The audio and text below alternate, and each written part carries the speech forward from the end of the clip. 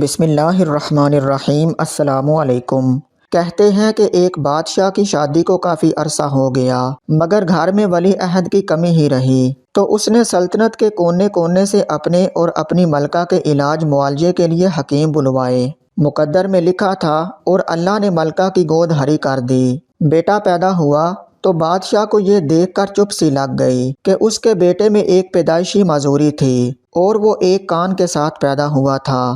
بادشاہ نے اپنے سارے وزیر بلوا بھیجے اور ان سے مشورہ کیا کہ اتنی بڑی سلطنت کی بھاگ دوڑ سنبھالنے کے لیے پیدا ہونے والا یہ ولی عہد جب اپنے آپ کو یوں معذور پائے گا تو احساس محرومی کا شکار ہو جائے گا۔ کس طرح اس کی اس خامی پر قابو پایا جائے؟ وزیروں نے مشورہ دیا، بادشاہ سلامت، یہ تو کوئی بات ہی نہیں، اعلان کرا دیجئے کہ آج سے جو بھی بچہ پیدا ہوا اس کا ایک کان کاٹ لیا جائے۔ شہزادے کے سارے ہم جولی اور اس کے سامنے پلنے والی ساری نسل جب ایک کان والی ہوگی تو شہزادے کے دل میں کسی قسم کی محرومی کا احساس پیدا نہیں ہوگا۔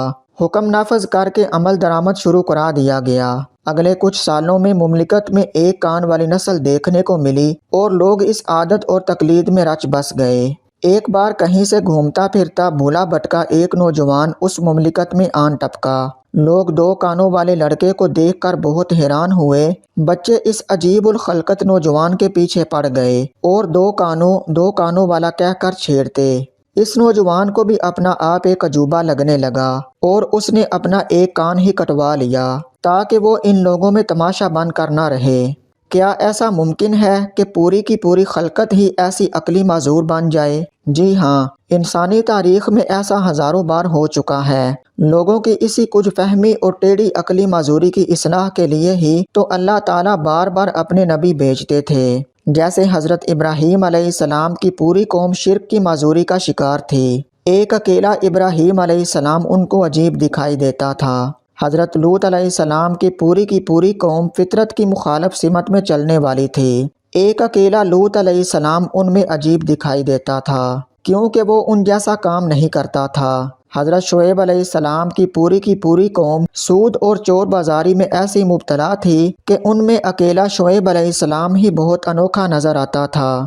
فقہ میں ایک بنیادی اصول یہ ہوتا ہے کہ سب لوگوں کا کسی ایک بات پر متفق ہو جانا اسے حلال نہیں بنا دیا کرتا۔